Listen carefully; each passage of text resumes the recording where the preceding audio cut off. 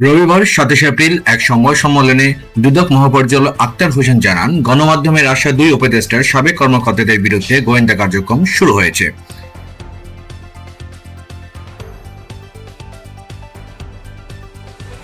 ওই দুই কর্মকর্তা হলেন অন্তর্বর্তী সরকারের উপদেষ্টা আসিফ মাহমুদ, সজীব ভুঁইয়ার সাবেক এপিএস মোয়াজ্জেম হোসেন ও স্বাস্থ্য উপদেষ্টার ব্যক্তিগত কর্মকর্তা তুহিন ফারাবী।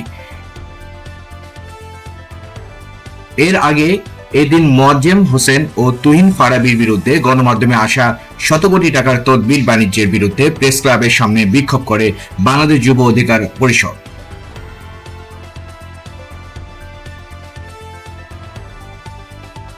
পরে মার্ক্স দুদক কর্মসূচি নিয়ে সংস্থাটির সেগুনবাগিচা কার্যালয়ের সামনে বিক্ষোভ করেন দলটির নেতাকর্মীরা।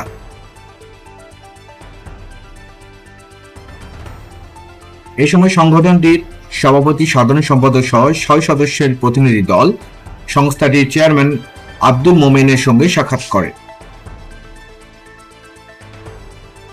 তাদের বিরুদ্ধে তদন্ত ও গ্রেফতার করে ১৫ দিনের আলটিমেটাম দেওয়া হয়।